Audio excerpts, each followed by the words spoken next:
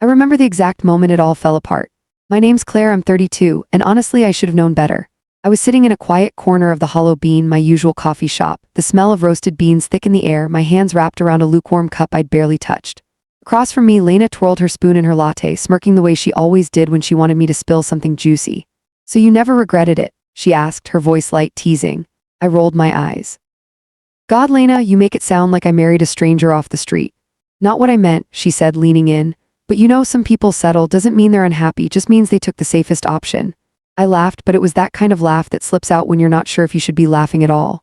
"I mean, I love him, but I guess I settled. He's not what I always imagined, but he's steady. And that's good, right?" The words felt harmless when I said them. Like the kind of thing married women said over coffee, something casual, offhand. It wasn't a confession, wasn't a secret truth I'd been holding in, just a thought, a stray, stupid thought. Lena raised an eyebrow, but before she could say anything, I felt it. That shift. That sudden drop in temperature, that unmistakable stillness behind me. I turned too slowly, a heartbeat too late. Ethan stood near the counter, a fresh cup in his hand. His posture was relaxed, too relaxed, like he wasn't sure whether to acknowledge what he'd just heard or pretend it hadn't happened. But I knew. I saw it in the way his fingers tightened just slightly around the cup, in the way his jaw tensed before smoothing out. I opened my mouth, but nothing came out. A second later, he met my eyes, nodded once, and walked out the door. The coffee shop noise buzzed back into my ears. The clinking of mugs, the hiss of the espresso machine, Lena's voice saying my name, too cautious now, too careful. I forced a smile. "It's fine." It wasn't fine. On the drive home, I told myself 100 different things. That he hadn't heard everything, that he'd only caught part of it, that he knew what I meant, that he wouldn't take it that seriously. But when I walked in, the house felt different. It wasn't obvious, no slammed doors, no accusing glares, just small things. A coat hung back in the closet instead of draped over the chair. The TV off when it was usually playing in the background. A silence that stretched longer than usual. Ethan was in the kitchen, his back to me, rinsing a plate. I hesitated in the doorway. Hey, he said, normal. His tone was normal, but I knew him, and this wasn't normal. I forced a chuckle, walking closer. "You left pretty fast, didn't even say hi." He shut off the faucet and turned around, drying his hands. I didn't want to interrupt. The way he said it, even measured, sent something sharp through me. I reached for casual. "You didn't interrupt anything." He met my eyes for just a second too long, then shrugged, grabbing his water bottle and taking a sip. "Okay." And that was it. No questions, no accusations, just that. I waited for him to say something more, to tell me what he'd heard, to ask me what I meant, but he didn't. He just turned and walked into the living room.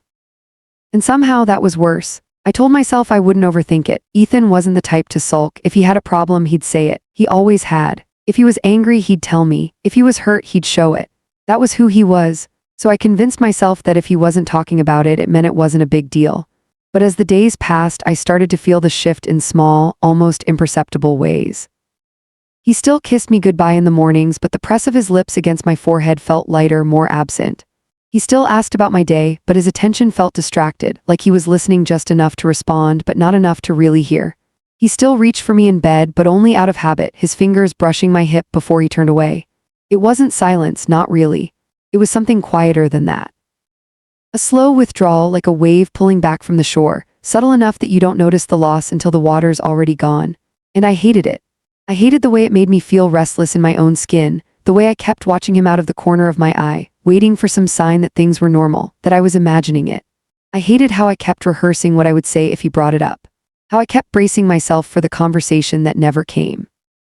And I hated God. I hated that I started resenting him for making me feel this way. It wasn't fair. I hadn't said anything cruel. I hadn't insulted him. I hadn't done anything wrong. It was just a comment, a casual passing remark. A stupid moment of honesty, the kind that people had in relationships all the time. And yet he was acting like I'd broken something. I tried to ignore it. I threw myself into work. I texted Lena, made plans for brunch.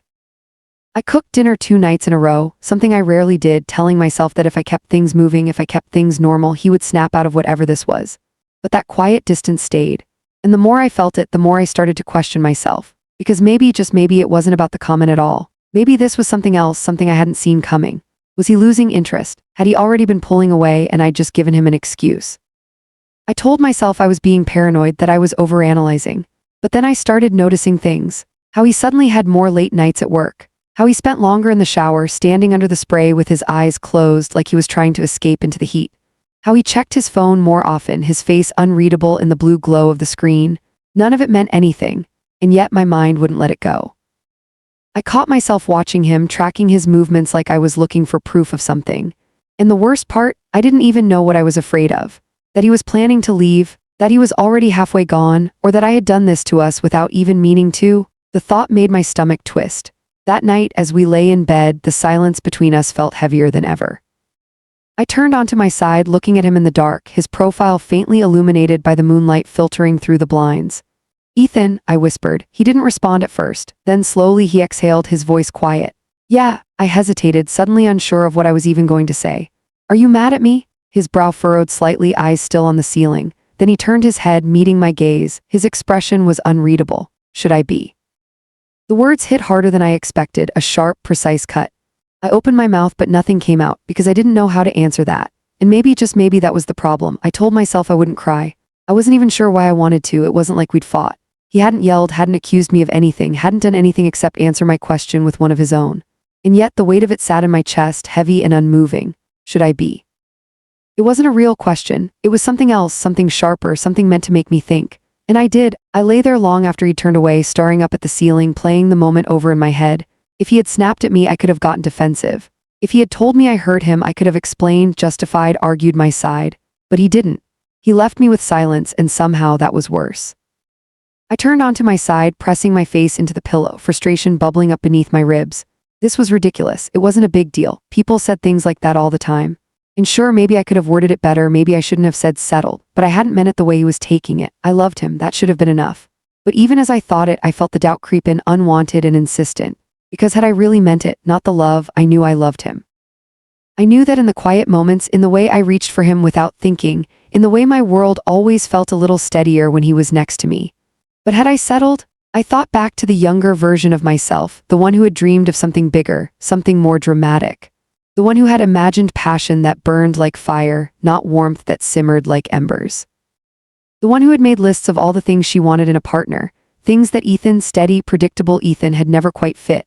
And yet I had chosen him, had built a life with him, had told myself over and over that this kind of love was better, safer, the kind that lasted. But now, with the echo of his words still hanging in the air between us, I wasn't so sure. I swallowed hard, turning onto my other side, watching his back, the slow, steady rise and fall of his breathing. I wanted to wake him up. I wanted to shake him, to make him tell me what he was thinking, to fix this before it slipped even further out of my grasp. But I didn't. Instead, I closed my eyes and let the silence stretch between us, a chasm growing wider with every breath. The next morning, he was already up by the time I stumbled out of bed. The smell of coffee filled the kitchen, but he wasn't there. His travel mug sat on the counter, a folded napkin next to it with my name written in the corner. I picked it up, my heart hammering faster than it should have. Had to leave early, have a good day, that was it. No love you, no see you later, just a note. I stared at it for a long time before setting it back down, pressing my fingers against my temples. Maybe I was overreacting, maybe this was nothing.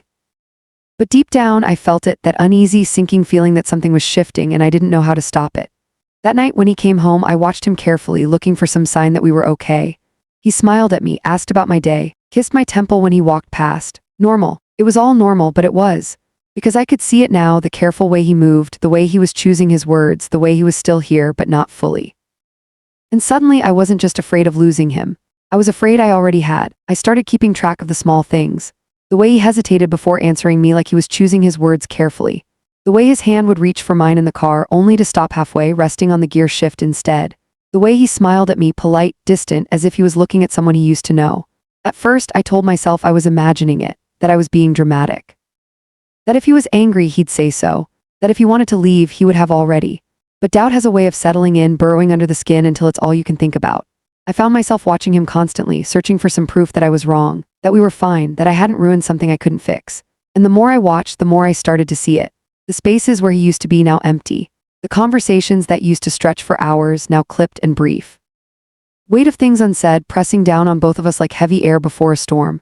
One night, I found myself standing in the doorway of our bedroom, watching him as he sat on the edge of the bed, head in his hands. He hadn't noticed me yet, and for a second I thought about walking away, pretending I hadn't seen him like that. But I couldn't. I took a step forward. "Ethan," he straightened immediately, running a hand over his face before turning to me.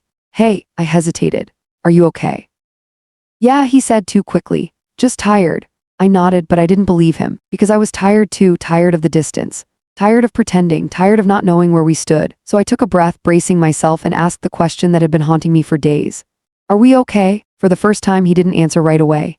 His silence stretched between us, thick and suffocating. I felt my pulse pounding in my ears, my hands curling into fists at my sides as I waited. Finally, he let out a breath, looking down at his hands.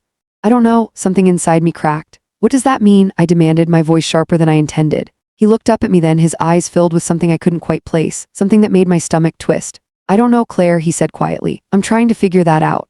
The words hit like a slap. I had been preparing for anger, for resentment, for a fight I could engage in. But not this, not uncertainty. I swallowed hard. Is this about what I said? He didn't answer right away, then finally he exhaled. It's not just about what you said, it's about what it meant. I shook my head, frustration bubbling up. I didn't mean it the way you think I did. He gave me a sad smile. Then how did you mean it? I opened my mouth, but I didn't know how to explain it. I hadn't meant it as an insult. I hadn't meant it as a confession. I hadn't meant for it to be anything more than an offhand comment over coffee. But suddenly it was everything. And for the first time I wondered if I had been lying to myself all along, because maybe Ethan wasn't the one pulling away. Maybe I had been doing it for years. I wrapped my arms around myself, my throat tight. I love you, Ethan. I know, he said, but do you love the life we built, or did you just convince yourself that it was enough? I didn't have an answer. And the silence that followed was louder than any argument we'd ever had. I lay awake long after Ethan had fallen asleep, staring at the ceiling, his words looping in my head like a song I couldn't turn off. Do you love the life we built, or did you just convince yourself that it was enough? The question burrowed into me, deep and unrelenting.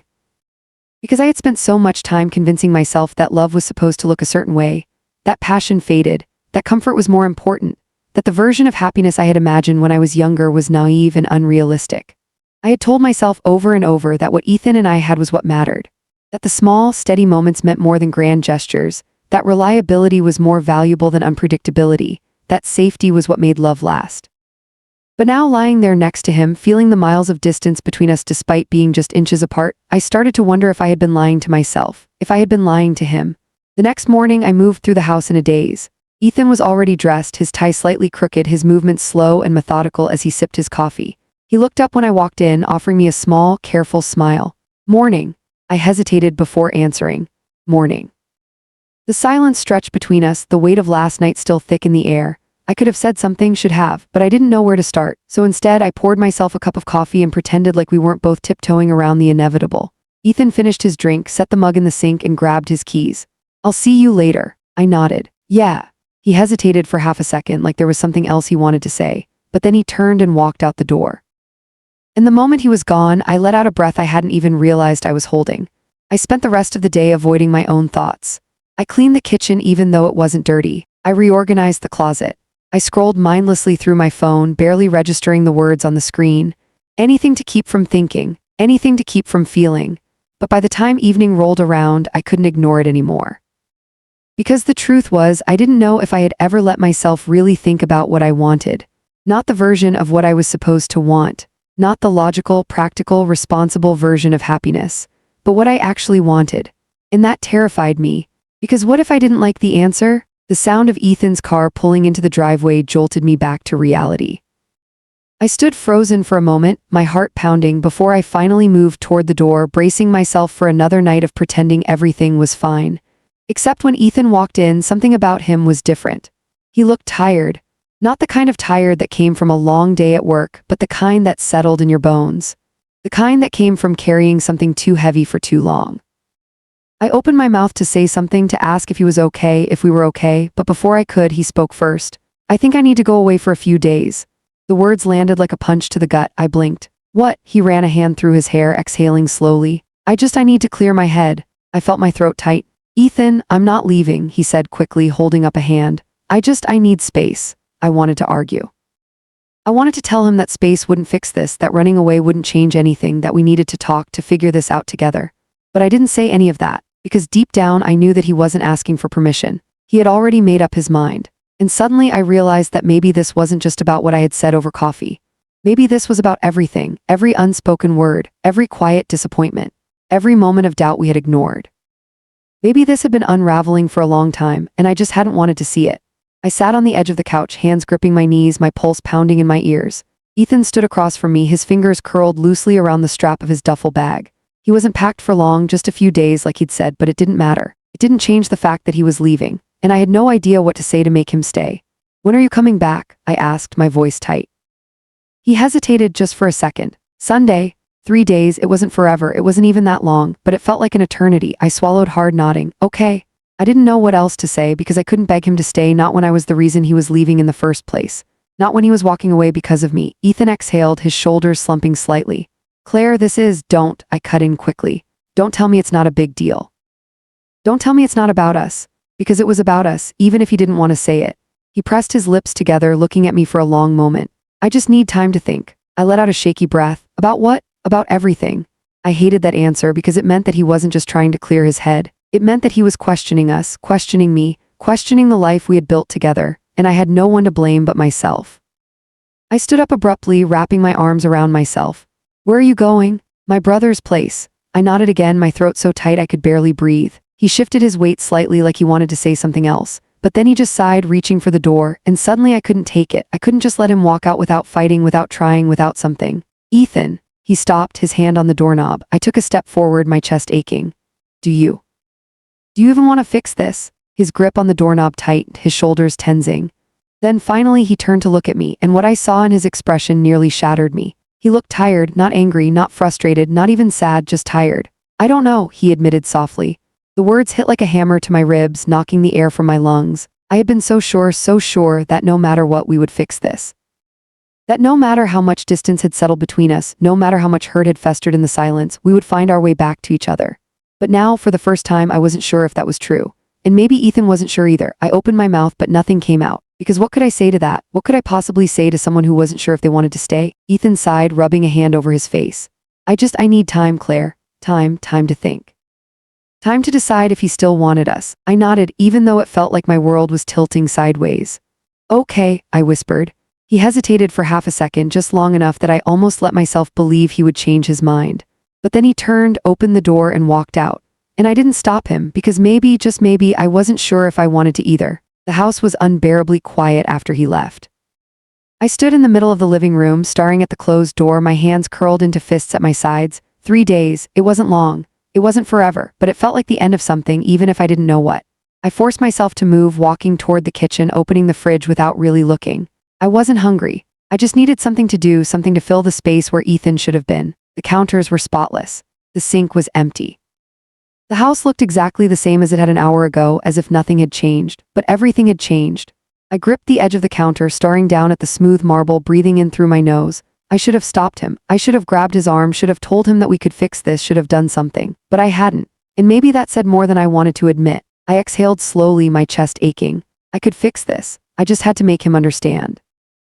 I turned, grabbing my phone, my thumb hovering over his name. But I didn't call, because what would I even say? Would I apologize? For what? For being honest? For saying something I hadn't even realized was true until the moment it left my lips? Would I tell him I hadn't meant it, that I did want the life we had built, that I had never questioned it, never thought about what might have been? Because that would be a lie. And the truth was, I wasn't sure if I had settled for Ethan. Or if I had let him settle for me. I sank onto the couch, the weight of that realization pressing down on my chest. I had spent so much time convincing myself that love wasn't supposed to be grand or messy or consuming. That it was supposed to be stable, steady, safe, and Ethan was safe. He had never made me question where I stood, never made me wonder if I was loved, never made me feel like I wasn't enough. But now, for the first time, I was afraid that he was wondering if I was enough. And I didn't know how to live with that. I closed my eyes, pressing the heels of my hands against them. I could fix this, I would fix this, I just needed to figure out how. The next morning, I woke up to a cold, empty bed. The space where Ethan usually slept was undisturbed, the sheets barely wrinkled. I reached out instinctively, but my fingers met nothing but cool fabric. I pulled my hand back quickly, swallowing against the lump in my throat. This was temporary. He would come home. And when he did, I would make him understand. But the more I sat with the silence, the more I started to wonder if I even understood it myself. Because if Ethan had asked me, if he had turned to me before walking out the door and said, "Do you really want this?" I wasn't sure what I would have said, and that terrified me more than anything else. I moved through the next 2 days in a haze. The house felt too big, too still. I kept catching myself listening for the sound of Ethan's footsteps, the murmur of his voice on a phone call, the clatter of him moving around in the kitchen. But there was nothing, just silence. I hated it. I hated how empty everything felt without him, how the absence of his presence had weight, pressing down on me in ways I hadn't expected. But more than that, I hated how much space it left for my own thoughts. Because without Ethan here, without his steadiness anchoring me, I couldn't keep running from the questions I didn't want to answer. Had I ever really chosen him, or had I just let myself drift toward him, toward the version of life I thought I was supposed to want? Had I convinced myself that stability was the same as love, or worse, had I convinced him? I paced the living room that night, my arms wrapped around myself, my mind refusing to quiet down. Maybe I should have called him. Maybe I should have driven to his brother's house, demanded that we talk, that we fix this before it stretched too far, before it became something neither of us could undo. But I didn't, because deep down I knew this wasn't something I could fix with a single conversation. This wasn't about the words I'd said over coffee. This was about the things I hadn't said. The things I had ignored, buried, told myself weren't worth examining. The truth was, I had never stopped to think about what Ethan really deserved. I had always assumed he was happy. That my love, even if it wasn't the kind that burned white hot, even if it wasn't the kind that had ever made me question anything, was enough for him. But what if it was? What if he had spent years making peace with the fact that I would never love him the way he loved me? What if he had always known? I sank onto the couch, my heart pounding. I didn't want to lose him. But for the first time, I wasn't sure if I should fight to keep him, and I hated myself for not knowing the answer.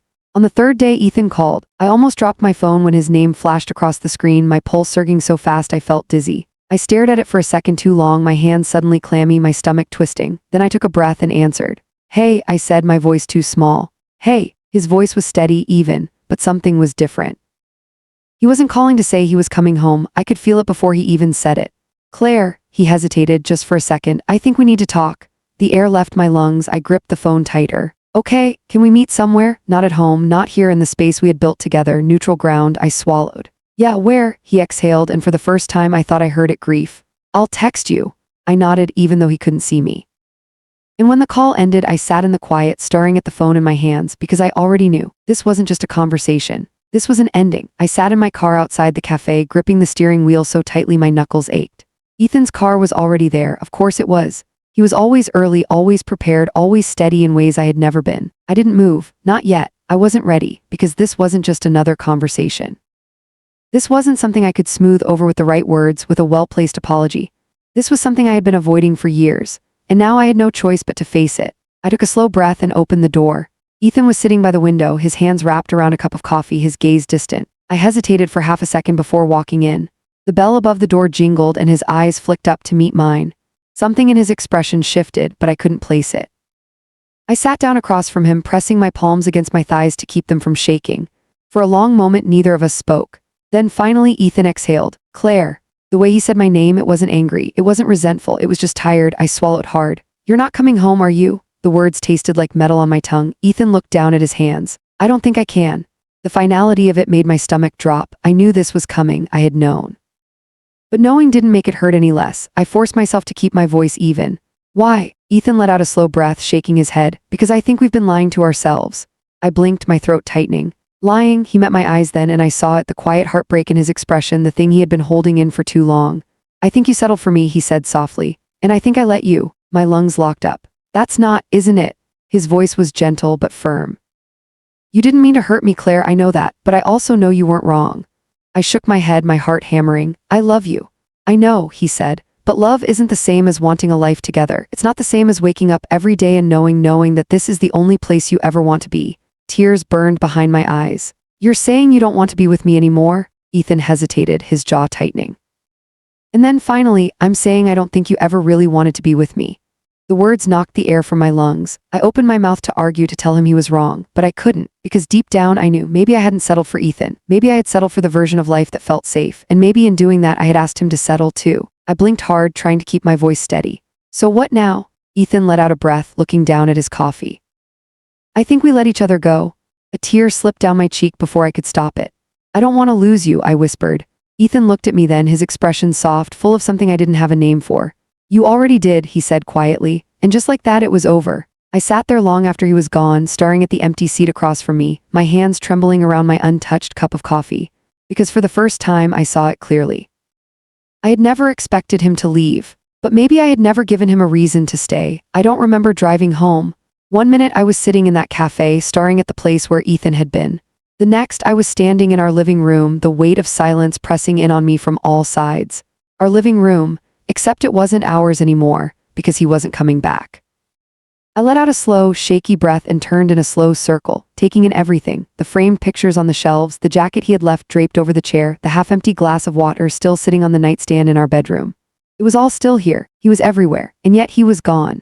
My legs felt weak, so I sank onto the couch, pressing the heels of my hands into my eyes, trying to push back the burn of tears that refused to fall. I had never expected him to leave. Not really. Even when I saw the hurt in his eyes that night at the cafe, even when I felt the growing distance between us, I had never believed he would actually walk away. Because Ethan had always been the one who stayed. The one who made things work. The one who loved me enough to accept less than he deserved, until he didn't. I wiped at my face, exhaling shakily, the weight of everything settling on my chest like a heavy stone. This was my fault, not just because of what I said, but because of what I never said.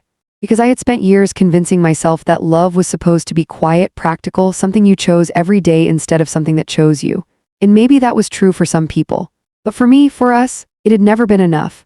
I let myself sink into the couch, staring up at the ceiling, the silence of the house pressing in on me from all sides. I could call him, I could beg. I could promise him that I would try, that I would love him better, that I would choose him the way he had always chosen me. But I knew deep down that it wouldn't matter, because love shouldn't have to be forced. I took a deep, shuddering breath and reached for my phone, not to call him, but to delete his contact. Not because I was angry, not because I didn't love him, but because I knew that if I didn't, I would always be tempted to hold on.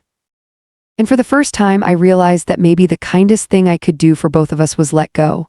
My thumb hovered over the screen for a long moment. Then, finally, I hit delete. And as I set the phone down beside me, I let the tears finally fall. Because endings hurt, even when they're the right ones. The first few days passed in a blur. I went to work, answered emails, made small talk when necessary. I kept moving because stopping meant thinking and thinking meant feeling, and I couldn't handle that yet. But the moment I stepped through the front door each evening, it all came crashing back. The silence, the emptiness, the absence of Ethan in all the places he should have been. His keys weren't on the hook by the door. His shoes weren't by the couch. His laughter wasn't filling the spaces between moments, breaking up the quiet like it always had. And I hated it, not just because I missed him, but because for the first time I was alone with myself, with the truth I had spent years burying. I had never let myself imagine a life without Ethan. Not because I couldn't, but because I wouldn't. Because if I let myself go there, if I let myself admit that maybe we had been moving toward this ending for a long time, then I would have had to make a choice.